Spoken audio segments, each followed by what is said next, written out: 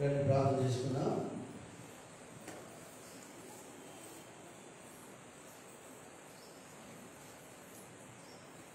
పరలోకమున మా తండ్రి, పరిశుద్ధులైన దేవ, వాగ్దానం ఇచ్చి నెరవేర్చిన మా తండ్రి, మా ప్రభువును మా రక్షకుడైన యేసుక్రీస్తు వారి ద్వారా ఇలా మిమ్మల్ని స్తుతించినట్టై మాకు ఇచ్చిన ఘనతకాయ స్తోత్రములు.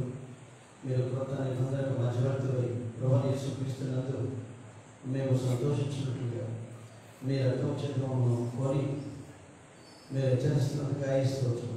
దేవుడు తన స్వరక్తం నుంచి సంపాదించుకున్న సంఘము సెలవించారు. దీని మీద మేము అధ్యక్షుడిగా వచ్చాను అని మీరు సెలవిస్తూ వచ్చారు. తండ్రి, మీ వాక్యంపై స్తుతిస్తున్నాం. ఇలాగ మీ సన్నిధిలో మిమ్మల్ని స్తుతించి ఆరాధించినట్లుగా మాకు ఇచ్చిన ఆధిక్యతకాయ స్తోత్రం. ఇలాగ మేమందరము కలిసి రావడానికి మాకు ఇచ్చిన ఘనతకాయ స్తోత్రం. ఒక తండ్రి పిల్లలుగా, ఏక కుటుంబంగా మిమ్మల్ని స్తుతించినట్లుగా మాకు ఇచ్చిన ఘనతకాయ స్తోత్రం. తండ్రి, మీరే మహిమ పొందు. సర్వలోక నాథుడుగా మీ సార్వభౌమాధికారం చూడాలి. సర్వాధికార దేవుడు వైపు సమస్తంలో మీరు జరిగిస్తున్న కార్యమునికాయ స్తోత్రం. ఆయన సంఘమునకు శిరస్సు ఉన్నాడు, ఆయన సంఘము శరీరము అని సెలవించాడు. సమస్తము పూర్తిగా నిపుణుల వారి సంపూర్ణత అయి ఉన్నదని ప్రభు ఎఫెసీయులకు ఉద్దేశించాలని సెలవిస్తూ వచ్చాడు. అలాగే తల్లి సంఘమునకు మీరే శిరస్సు అయ్యుండి సమస్తము ఎప్పుచున్నామని ముందుగా స్తుతిస్తున్నాం.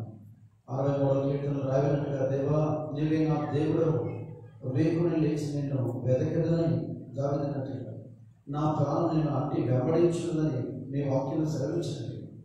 అలాగే మా ప్రాణము ప్రభావం మీ కొరకైన తృష్ణ అంతకంతకు ఆత్మలో మీరు అనుగ్రహిస్తూ మీరు చేస్తున్న కార్యమంతగా స్తుతిస్తున్నాం.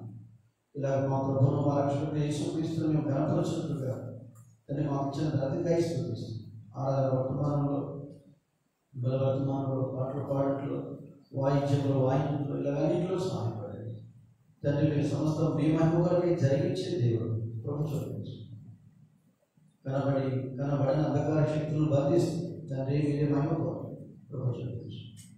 మీ మెల్లని స్వరం వినిపించి యేసు ప్రభు నామమున స్తుతించి తండ్రి, ఇక్కడే మాత్రం కాదు, సర్వలోకములో, సార్వత్రిక సంఘములో, హెబ్రోన్ హైదరాబాద్, జోషమా చెన్నై, జోషమా అనంతపురం, ఇలా చుట్టుపక్కల సంఘాలు, ఆయా రాష్ట్రాల్లో, దేశాలు ప్రభు అన్ని చోట్ల మీ నామం ఘనపరచబడుతుండగా మీరే అత్యున్నతులుగా మహిమ పొందుతుండగా రాజు యెహోవాను బట్టి సంతోషించునని 60 క్రితం చివరిలో సెలవిచ్చారు.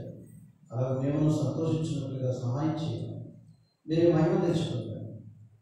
వందన స్తోత్రం చెల్లించుకుంటూ మా పెళ్ళికి ఆలస్యంగా వస్తున్నారు. కొంత వర్షం, ఆయా అనానుకూలత, వీటన్నిటిలో మీరు జ్ఞాపకం చేసుకుంటారు. యేసుక్రీస్తు ప్రభువు నామములో స్తుతించి ప్రార్థిస్తున్నాము తండ్రి, ఆమేన్.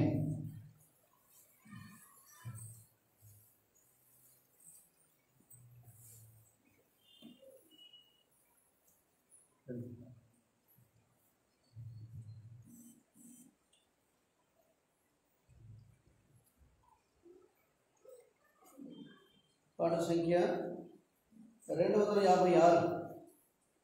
పాట సంఖ్య 256.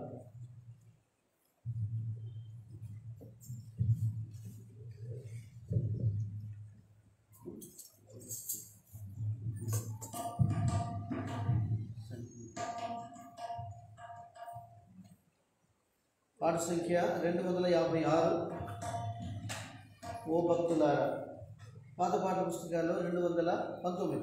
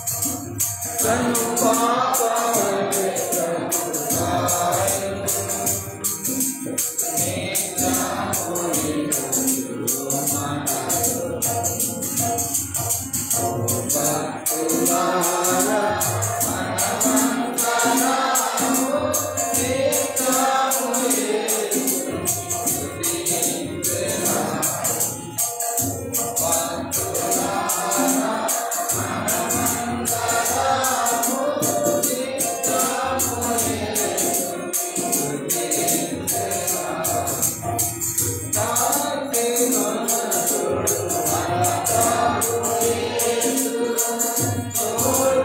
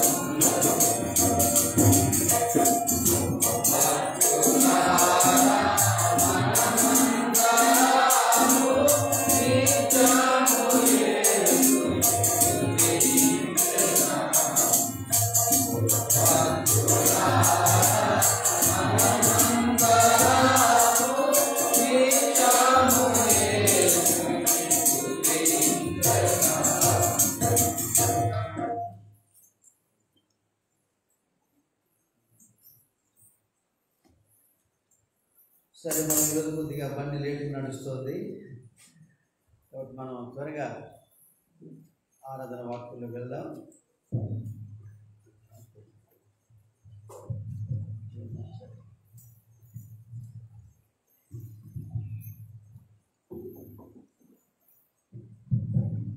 హలో హలో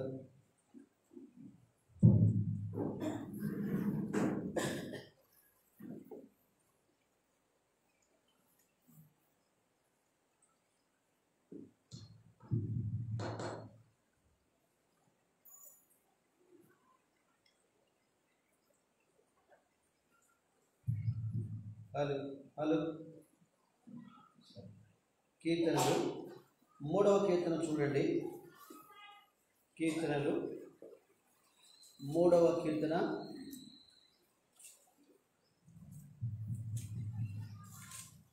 3వ కీర్తన మనందరం కలిసి 5, 6 వచనాలు లేదంటే 5వ వచనం నుంచి 8వ వచనం దాకా మనము మార్చి చదువుకుందామా? కీర్తనలు 3వ కీర్తన. యెహోవా నాకు ఆధారము, కావున నేను పండుకొని నిద్రపోయి మేలు పొందును.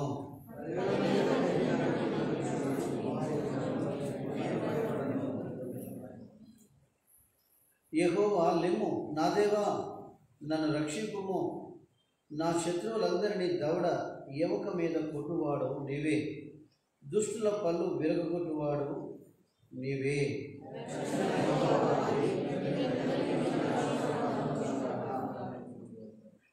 అందరు నాతో పలకండి, నేను భయపడను, రక్షణ యెహోవాదే. నన్ను ప్రార్థన చేసుకున్నాం ప్రభు సాయం కొరకై. మా తండ్రి, ఇలా మిమ్మల్ని స్తుతించి ఆరాధించినట్లుగా మాకు ఇచ్చిన ఘనతకై స్తోత్రములు తండ్రి.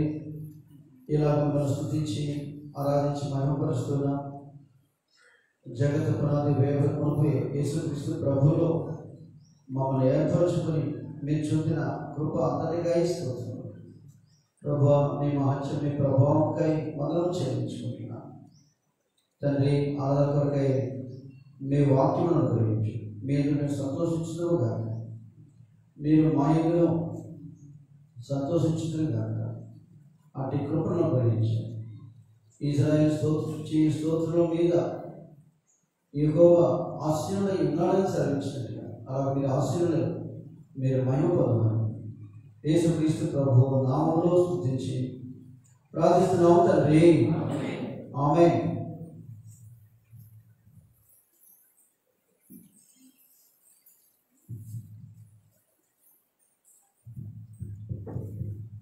సరే, మనం గత దినాల్లో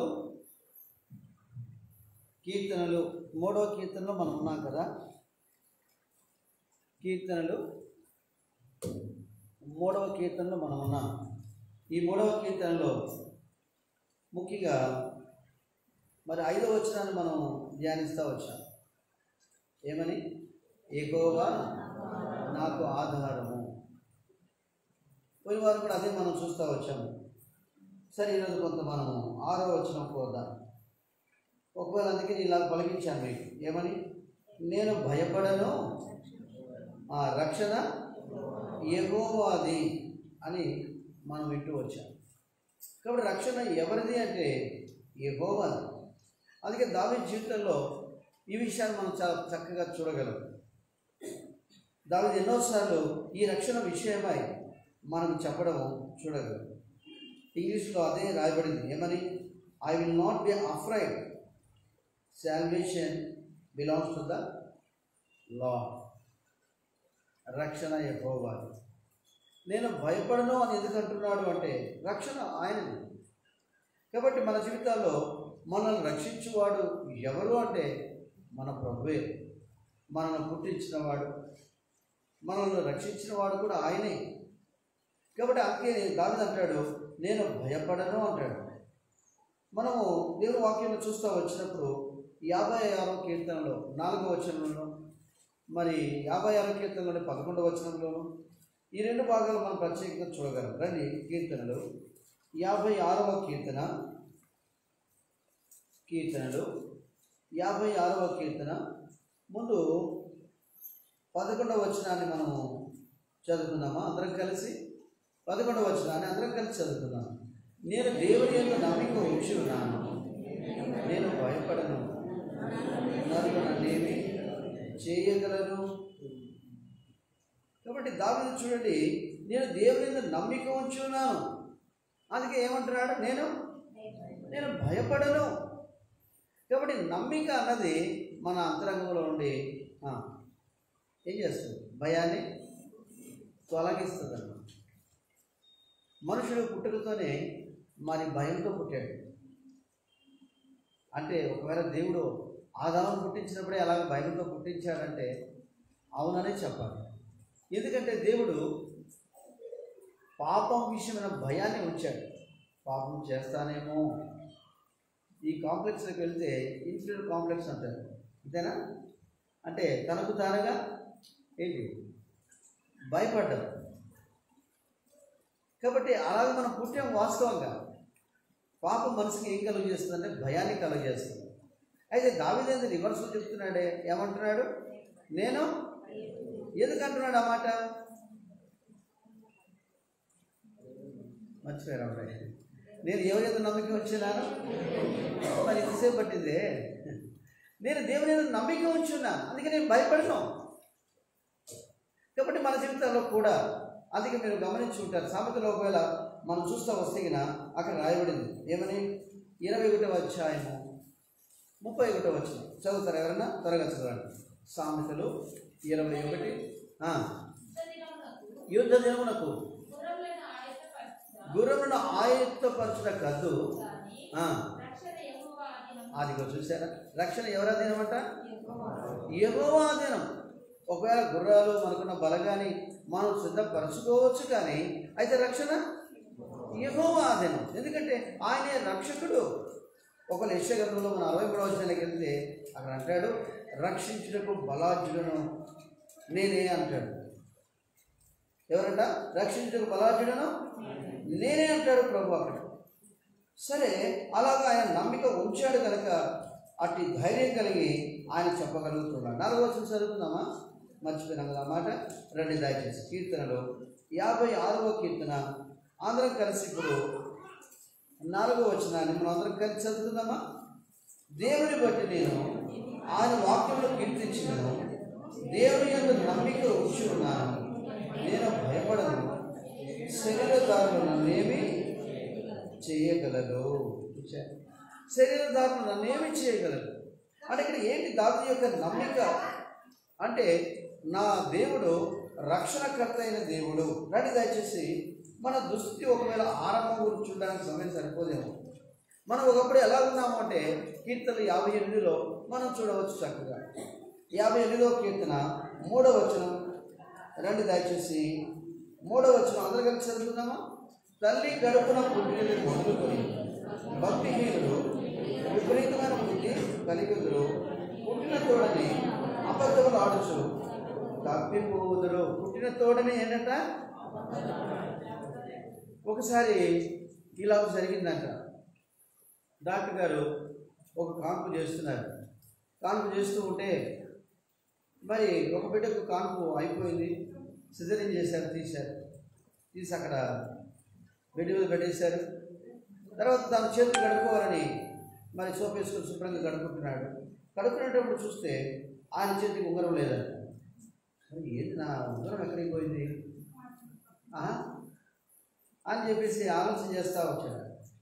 తీరా ఆ బిడ్డ దగ్గరకు వచ్చి చూస్తే వాడు మాత్రం పిడికిలు ఇలా పట్టుకున్నాడు. పిడికిలు ఇలా పట్టుకొని ఉంటే మరి ఏంటి ఇలా పట్టుకున్నాడు అని చెప్పేసి ఆ పిడికిలు కొంచెం తీయడమ్మా అంటే వాడు అస్సలు తీయడం. పిల్లలు ఏంటి సంగతి అంటే వీళ్ళిద్దరు భార్యాభర్తలు పిట్ ప్యాకెట్ కొట్టేవాళ్ళు అంటారు. ఏం కొట్టేవాళ్ళు? పిట్ ప్యాకెట్ కొట్టేవాళ్ళు అంటే వాళ్ళు. వారి కొడుకు ఏకంగా వాడు పుట్టిన తోడనే విపరీతమైన బుద్ధి కలిగి ఉన్నారు. అంటే ఒకప్పుడు మనం కూడా ఏ కులానికి ఏ జాతికి సంబంధించిన వాళ్ళమైనా పుట్టుకతోనే విపరీతమైన బుద్ధి గలవారు. ఆడ బల చెప్పాడు ఆ మాట. దావీదు ఏమన్నాడు? విపరీతమైన బుద్ధి అంటే దరిద్రం, మరి ఏమన్నది వివరణ లేదు, ఏం లేదు. విపరీతమైన బుద్ధి అంటే సరిపోతుంది, దానికి నేను తీసుకోవచ్చు. ఇంకా అలాంటి వారు మనం కోరుకుంటాం. ఒకవేళ ఇంకా చెప్పాలంటే సమయం లేదు, కానీ అక్కడ దావీదు చాలా బాగా అంటాడు. వీరు ఎలాంటి వారు ఉన్నారో, ఎలాంటి ఉండి వాళ్ళు ఏమవుతున్నారు చూడండి. 8వ వచనం కలిసి చదువుకుందామా? 8వ వచనం అందరం కలిసి చదువుకుందాం. వారు కరిగిపోయిన నత్తవలేనులో సూర్యుని చూడని గర్భస్రావం వలె. ఎవరంట? నత్తవలే, కరిగిపోయిన నత్త. మన జీవితాలు ఎంత అల్పమైనవి, మనం ఎలాంటి వారమో చూడండి. అయితే అలాంటి వారు మనము ఆయనను మనం నమ్మిక ఉంచినప్పుడు ఆయనే మన రక్షకుడిగా, ఎలాగో ఆయన రక్షించేవాడిగా ఉన్నాడు. ఇందాక నేను చెప్పాను కానీ తీరేది కదా. యెషయా గ్రంథము 63వ అధ్యాయం మొదటి వచనం చూడండి. ఎవరైనా 63వ అధ్యాయం మొదటి వచనం. రక్తవర్ణ వస్త్రములు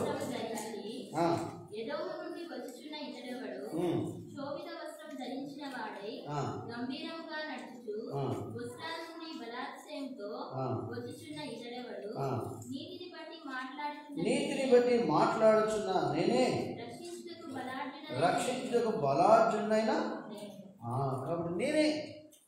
కాబట్టి ఇటు దృష్టిలో ఉన్న మనలను ఆయనే.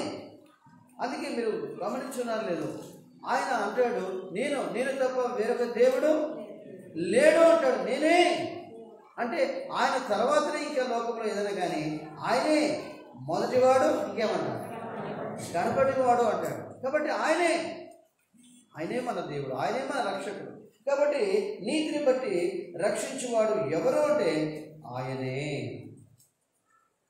రెండో విషయానికి మనం వెళ్తే చూడండి దయచేసి, కీర్తనలో మనం ఇంకా చూడవచ్చు.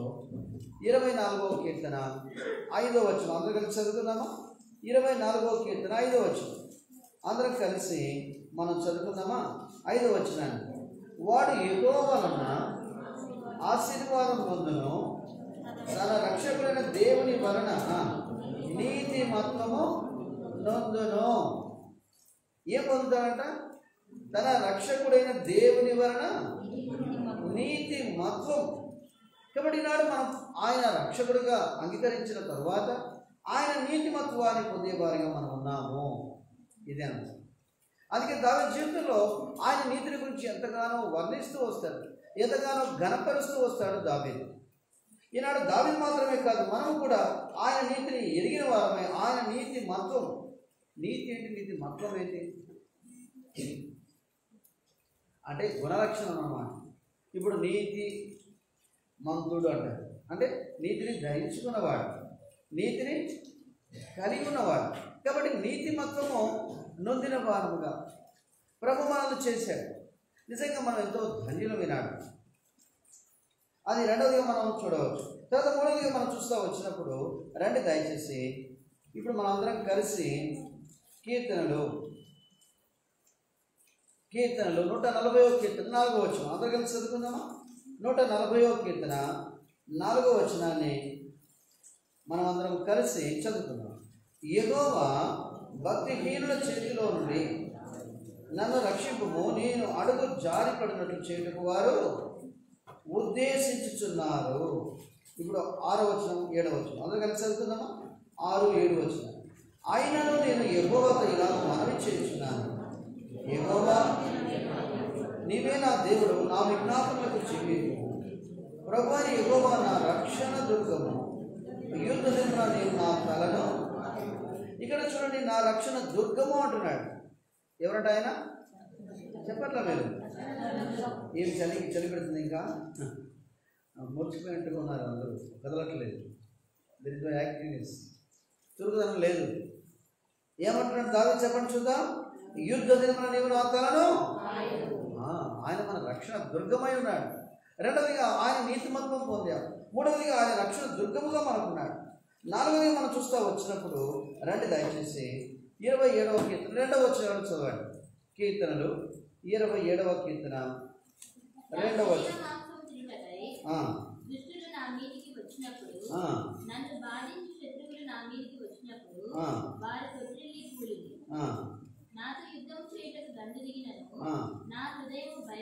అదిగో చూడండి, నా హృదయము భయపడదు. ఏమంటున్నాడు? నాతో యుద్ధం చేయటకు దండ దిగినాను, నా హృదయము భయపడదు. దీనిలో నేను ధైర్యము విడవకుందును. చూడండి అన్నమాట, నాతో యుద్ధం చేయటకు దండ దిగినాను, నా హృదయం భయపడదు. ఒకవేళ మీకు ప్రస్తుతమైతే 2వ వర్తమానంలో ఆ విషయం చూద్దాం. దావీదు గుండె ఎలాంటి గుండె అంట?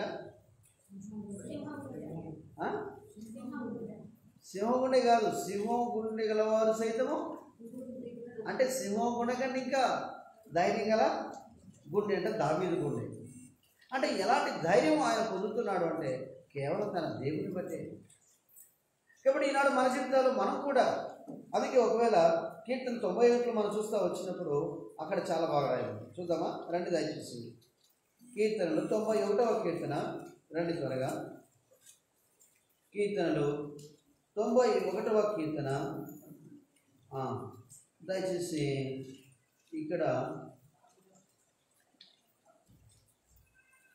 6వ వచనం చదువుతారా? 6వ వచనం. చీకటిలో సంచరించే తెగులుకైనను, మధ్యాహ్నమందు పాడు చేయు రోగమునకైనను. అది చూశాను. కాబట్టి మన జీవితాల్లో ఏ తెగులైనను చీకటిలో సంచరించు. 3వ వచనం చదువుకుందాం అందరం కలిసి. 3వ వచనాన్ని మనం అందరం కలిసి చదువుకుందాం. వేటగాని ఒడిలో నుండి ఆయన నిన్ను విడిపించును, నాశనకరమైన తెగులు రాకుండా నిన్ను రక్షించును. కాబట్టి నాశనకరమైన తెగులు ఈనాడు లోకమంతటా తెగులు వ్యాప్తిస్తూ ఉంది. అయితే ఆయన ప్రజలుగా మనం ఏమవుతున్నాం? కాపాడబడుతున్నాం, తప్పింపబడుతూ ఉన్నాం. నిజంగా మనం అంత ధన్యులము కదా. అందుకే 3వదిగా మనం ఏం చూసాం? మీరేం చెప్పండి అన్న అంత అంటారు. అందుకే అడుగుతుంది మిమ్మల్ని. 2వది, తమ రక్షకుడైన దేవుని యందు నీతిమంతము పొందుదురు. 3వది ఏం చూసాం? రక్షణ దుర్గము. ఎవరు? ఇందాక మనం చూసాం కదా 27వ కీర్తన 2వ వచనంలో ఎవరంట? 10,000 మంది నా మీదకి దండెత్తి వచ్చింది. లేక యుద్ధంలోకి వచ్చినప్పటికీ 140వ కీర్తన మనం చూస్తూ వచ్చాం. ఏమని? యుద్ధ దినమున నీవు నా తలను కాయనము, నా రక్షణ దుర్గము. ఇప్పుడు 3వదిగా ఆయన మన రక్షణ దుర్గమై ఉన్నాడు. అందుకే దావీదు అంటూ వచ్చాడు ధైర్యంగా, నేను భయపడను అంటూ వచ్చాడు. 4వది మనం చూస్తూ వచ్చినప్పుడు దయచేసి చూడండి 116వ కీర్తన. కీర్తనలు 116వ కీర్తన చూడండి. కీర్తనలు 116వ కీర్తన అందరు తీసుకోండి దయచేసి. కీర్తనలు 116వ కీర్తన మనమందరం కలిసి ఇక్కడ దయచేసి 7, 8 వచనాలు కలిసి చదువుకుందామా? 7, 8 వచనాలు అందరం కలిసి మనం చదువుకుందాం. నా ప్రాణమా యెహోవా నీకు క్షేమము విస్తరింపజేసి తిరిగి నేను శాంతిలో పడేసి, మరణం నుండి నా ప్రాణం కన్నీళ్లు విడవకుండా, నా కళ్ళు జారి పడకుండా నా పాదము నీవు తప్పించి ఉన్నావు. చూడండి. కాబట్టి ఈనాడు మన ప్రభు మన జీవితాలు కూడా 4వదిగా మనము నుండి మన ప్రాణమును ఇంకా కన్నీళ్లు విడవకుండా మన కన్నులను ఆయన తప్పించిన వాడిగా ఉన్నాడు. నిజమే, ఎన్నోసార్లు మన జీవితాల్లో నిజంగా మరణం నుండి ఆయనే మనల్ని తప్పించాడు. అందుకే అంటాడు ఇక్కడ కీర్తన 116 వచనంలో, యెహోవా దయాళుడు నీతిమంతుడు, మన దేవుడు వాత్సల్యత గలవాడు అంటాడు. కాబట్టి ఆయన వాత్సల్యతను బట్టి ఈనాడు మనము అలాగన కాపాడబడుతూ ఉన్నాం, అలాగ మనము భద్రత నదులుతూ ఉన్నాం. అందుకే దేవుని వాక్యంలో మనం చూస్తూ వచ్చినప్పుడు 69వ కీర్తన 31వ వచనం చదవండి ఎవరైనా. కీర్తనలు 69, 31.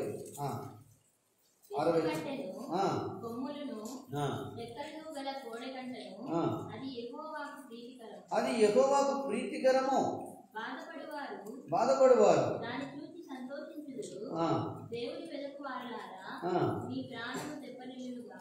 చూడండి. ఇప్పుడు అందరం కలిసి 69 అమ్మా, 69, 30, 31 కరెక్టేనా? కీర్తనలు 69 అందరం కలిసి చదువుకుందాం. ఇప్పుడు అందరం కలిసి 29, 30, 31 69 కీర్తన 29 నుంచి 31 దాకా చదువుకుందాం అందరం కలిసి.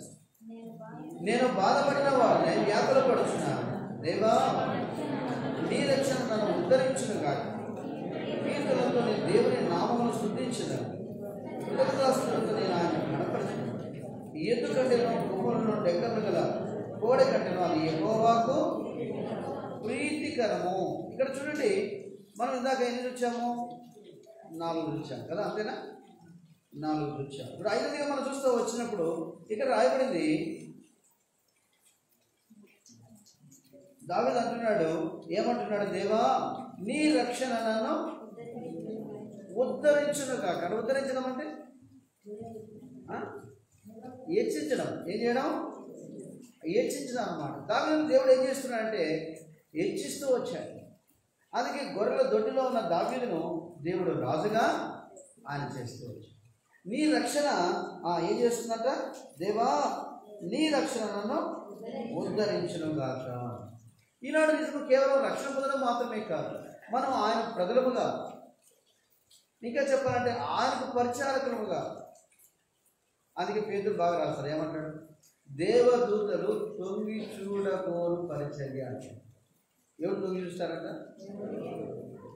ఒకరికి బలం ఉందనుకోండి, నేను ఇట్లా ఏం చేస్తాను, ఎవరన్నా ఉన్నారా ఇట్లా తొంగి చూస్తాను, అవునా కదా? అంటే తొంగి చూడడం అంటే అక్కడ ఏం జరుగుతుందో, అంటే మనం చేసే ఆ యొక్క పరిచర్య దేవుడు తొంగి చూడగోరున్నట్లుగా ఉందంట.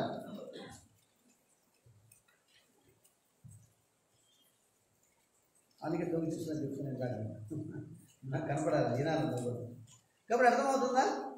కాబట్టి ప్రభు మనల్ని ఎంతగా ప్రేమించి ఆయన పరిచారకులుగా చేశాడు. చూడండి, ఇంకా చెప్పాలంటే పరిచారకులు అని చెప్పడం కంటే we are co workers with God. మనం దేవుని జత పని, ఎంత ఆధిక్యత ఇది! ఆయనతో కూడా జత పని వారంట. అంటే మనం ఒకవేళ ఎడమ వైపున ఆ కాడి కింద ఉంటే ఆయన ఎక్కడ ఉంటాడు? కుడి వైపున ఆయన ఉంటాడు. అంటే ఎంత గొప్ప ఆధిక్యత దేవుడు మనకి ఇచ్చాడు కదా. అందుకే దేవా నీ రక్షణ నన్ను ఉద్ధరించునుగాక. అవును, మనలో ఆయన రక్షణనే మనకు ఉద్ధరణ, మనకు హెచ్చింపు అన్నమాట. ఈ పరిచయం మనకిచ్చి ఆయన అలా సంతోషించువాడిగా, ఆనందించువాడిగా ఉన్నాడు.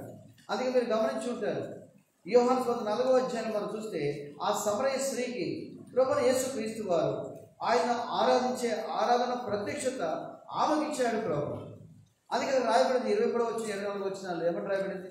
తండ్రి అట్టివారు కావాలని కోరుకొనుచున్నాడు. తండ్రి కోరికను తీర్చే పరిచారకులుగా మనం ప్రభు చేశాడు ఈనాడు. ఏంటి తండ్రి కోరిక అంటే? దేవతలు కాదు నన్ను ఆరాధించేది, లేక స్తుతించేది వారు కాదు. ఎవరు? ఇదిగో భూలోకంలో ఉన్నారే వారు నన్ను ఆరాధిస్తారు. అందుకే మీరు గమనించాలి లేదో, మనం ఆరాధన చేస్తూ ఉంటే ఆయన ఏం చేస్తాడు? ఇందాక చెప్పారు కదా, ఏం చేస్తాడు చెప్పరే? తొంగి చూస్తారనమాట. కాబట్టి మీరు ఇప్పుడు ఆయన తొంగి చూస్తారు కాబట్టి మీరు కూడా తొంగుంటారేమో.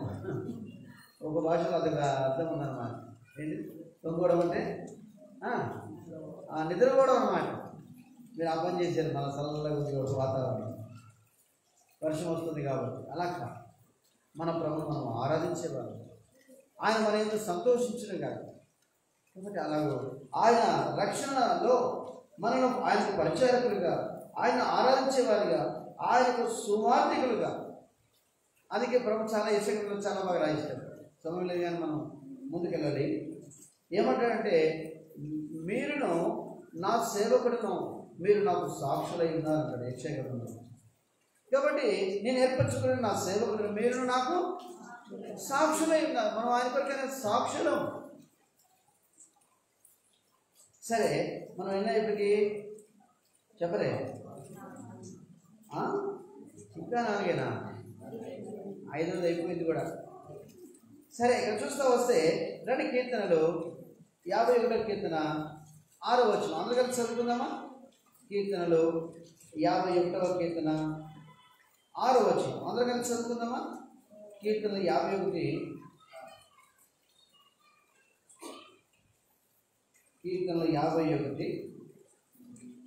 6వ వచనం అందరూ కలిసి చదువుకుందామా? రండి దయచేసి. నీవు అంతరంగంలో సత్యము కోరుచున్నావు, అంతర్యము నాకు జ్ఞానము తెలియచేయుదువు. ఏం తెలియజేస్తున్నట్టు ప్రభు? జ్ఞానం.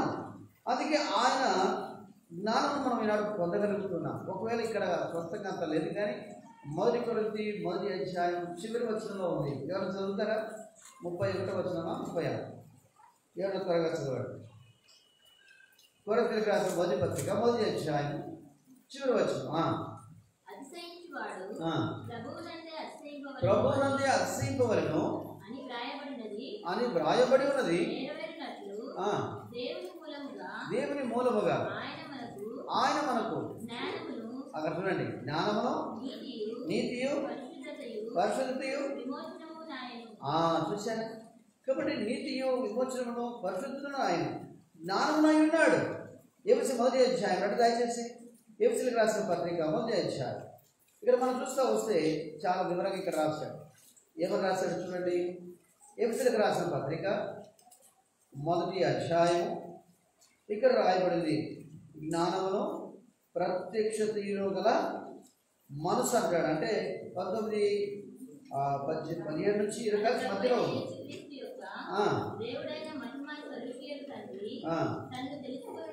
తన్ను తెలుసుకుంటే ఎందు, ఆ మాట చూడండి, తన్ను తెలుసుకుంటే ఎందు మీకు జ్ఞానమును ప్రత్యక్షతయు గల ప్రత్యక్షతయు గల మనసు. ఈనాడు మనం నిజంగా ఆయన పూర్తిగా ఎరిగినట్లుగా మనము ఆయన కూర్చున్న జ్ఞానాన్ని మనం పొంది ఉన్నాము, ఆయన ప్రత్యక్షతను మనం పొంది ఉన్నాము. కాబట్టి ఇది ఆధిక్యత దేవుడు మనకి ఇచ్చాడు. ఒకవేళ మీకు అంతకుముందే చూపించాను అనుకుంటాను. దావీదు అందుకే చాలా బాగా అంటాడు. ఏమంటాడు చూడండి, కీర్తనలో 21వ కీర్తన 5వ వచనం చదవండి. కీర్తనలో 21వ కీర్తన 5వ వచనం, నీ రక్షణ వలన. అది చూశారు, ఏం కలిగిందంట? గొప్ప మహిమ. అంత మాత్రం ఇంకా దావీదు ఇంకొక సందర్భంలో ఉంటాడు. ఏమంటాడు? నా రక్షణకు, నా మహిమకు. ఇది దేవుడు చెప్పట్లేదే, దేవుడే అంటే మీరు చదవండి సరిగా. నా రక్షణకు, నా మహిమకు దేవుడే ఆధారం. 62వ కీర్తన అనుకుంటాను, 6వ వచనమా. కాబట్టి అక్కడ చెప్తున్నాడు, ఏమంటున్నా? రక్షణకు, నా మహిమకు దేవుడే ఆధారం. కాబట్టి ఈనాడు మన జీవితాల్లో ఆయన అలాగూ జ్ఞానమును, ప్రత్యక్ష మనసు 6వదిగా చూస్తూ వచ్చాం. 7వదిగా ఆయన గొప్ప మహిమను మన కొరకై ఆయన సిద్ధపరిచాడు. అందుకే 42వ కీర్తన 5వ వచనం చదువుతున్నామా? 42వ కీర్తన 5వ వచనము, 18వ కీర్తన 46వ వచనం, 42:5. అందరూ తీసుకోండి దయచేసి కీర్తనలు. చూడండి ఎవరండి.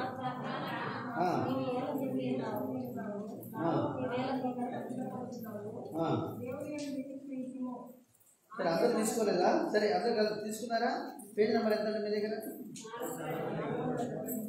473 తీసుకున్నారా? మరి అందరూ కలిసి చదువుకున్నారు. నా ప్రాణమా నీవేళ కొరికి ఉన్నావు, నాలో నీవేళ తొందరపడుచున్నావు. దేవుని యొక్క నిరీక్షణ ఇచ్చుము, ఆయనే నా రక్షణకర్తని, నా దేవుడు నేను చెప్పుకొచ్చు. ఇంకనూ నేను ఆయనను, అది చూడండి, ఇంకనూ నేను ఆయన స్తుతిస్తాను. ఇక్కడ మన జీవితంలో ఎన్నో శోధనలు వస్తాయి. అయితే మనం కూడా ఈ యొక్క కోర కుమారుల వలె ఏమని ఇంకనూ నేను ఆయన స్తుతించేదాం కదా. ఎప్పుడైతే మనం అలాగూ ఇంకనూ ఆయన స్తుతించేవారుగా, ఆయన నిరీక్షణ కలిగి మనం స్తుతించే వారికి ఉండాలని ప్రభు యొక్క ఉద్దేశం. అందుకే ఆయనే నా రక్షణకర్త. ఏమంటాడు ఈ భక్తుడు? ఆయనే నా రక్షణకర్త. తర్వాత మన ముగింపులో మనం చూస్తూ వస్తే కీర్తనలు 18వ కీర్తన 46వ వచనం అందరూ కలిసి చదువుకుందామా? రెండు తీసుకుంటే దయచేసి త్వరగా. కీర్తనలు 18వ కీర్తన 46వ వచనం అందరికి కలిసి. యెహోవా జీవము గలవాడు, నా ఆశ్రయదుర్గమైన వాడు, స్తోత్రార్హుడు, నా రక్షణకర్త అయిన దేవుడు. అది కొంచెం చూడండి, ఇక్కడ అంటున్నాడు, దాని ఏమంటున్నాడు? నా రక్షణకర్త అయిన దేవుడు బహుగా. ఏం మీరు ఆ మాట పలకట్లేదే? ఆపదంగా బహుగా ఎట్లంట? మరి ఆ మాట చెప్పరే, బహుగా స్తుతులందరూ కాక. కాబట్టి అలాగూ మన ఆరాధన మన స్థుతులు ఆయన అంగీకరించి ఆయన సంతోషించింది కాదు. 69వ కీర్తనలో దావీదు అదే మాట అన్నాడు. ఎద్దుల కంటేనో కొమ్ములు డెక్కలు కదా, ఓడల కంటేనో ఇలా చదివారు కదా మీరు. చూడండి ఎందుకంటేనో కొమ్ములను డెక్కలను గల కోడ కంటేనో అది చూశాను, అది యెహోవాకు. కాబట్టి అలాగే మనం ఆయన స్తుతించే విషయంలో ఎద్దుల కంటేనో కొమ్ములు గల మరి కోడల కంటేనో డెక్కల కంటేనో అది యెహోవాకు ప్రీతికరం. అంటే ఆ ప్రీతికరం అంటే ఇష్టమైనదన్నమాట. కాబట్టి ఆయన ఇష్టమైన ఆరాధన స్తుతులు ఆయన చెల్లించి మనం ఆయన గణపతులుగా ఒక సహోదరుడు ఒక సహోదరి ఎలాగో ప్రభుని ఆరాధించండి. సమయం మీరు చక్కగా తీసుకోవచ్చు. అంటే బ్రదర్స్ చేయవలసి వచ్చినప్పుడు బ్రదర్సే చేయండి, బాగుంటుంది, క్రమంగా ఉంటుంది. సిస్టర్స్ చేయవలసి వచ్చినప్పుడు సిస్టర్సే చేయండి. ఎందుకంటే అలా క్రమాన్ని పాటించడం ద్వారా అందరూ ఆరాధన చేయవచ్చు. కాబట్టి ఏం మిస్లీడ్ కాదు. కొన్నిసార్లు సిస్టర్స్ ఏం చేస్తారు, కొంతమంది వీళ్ళకి బాగానే ధైర్యం, ఇక్కడ మాత్రం ఇక్కడ ఆరాధనలో ప్రార్థనలో వీళ్ళకి బలి ధైర్యం, మనలో కొద్ది ఎందుకు లేని మనలో ఉంటారు అంతే బ్రదర్స్. కాబట్టి ఎందుకు లేనుకోవద్దండి, మనం కూడా ఆరాధించడానికి వచ్చాము. కాబట్టి తప్పకుండా ఆరాధన చేయండి. ఒక సహోదరుడు ఒక సహోదరి అలాగే బిగ్గరగా చేయండి. వాక్యమంతా చేయాలని కాదు, క్లుప్తంగా చేయడానికి ప్రయత్నం చేయండి. ఆరంభించండి.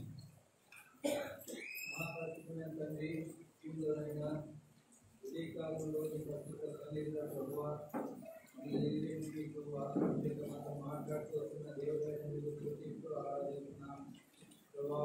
కరణం లేక లోకంలో స్థితిగా నన్ను పాపముల చేత అపరాధముల చేత నన్ను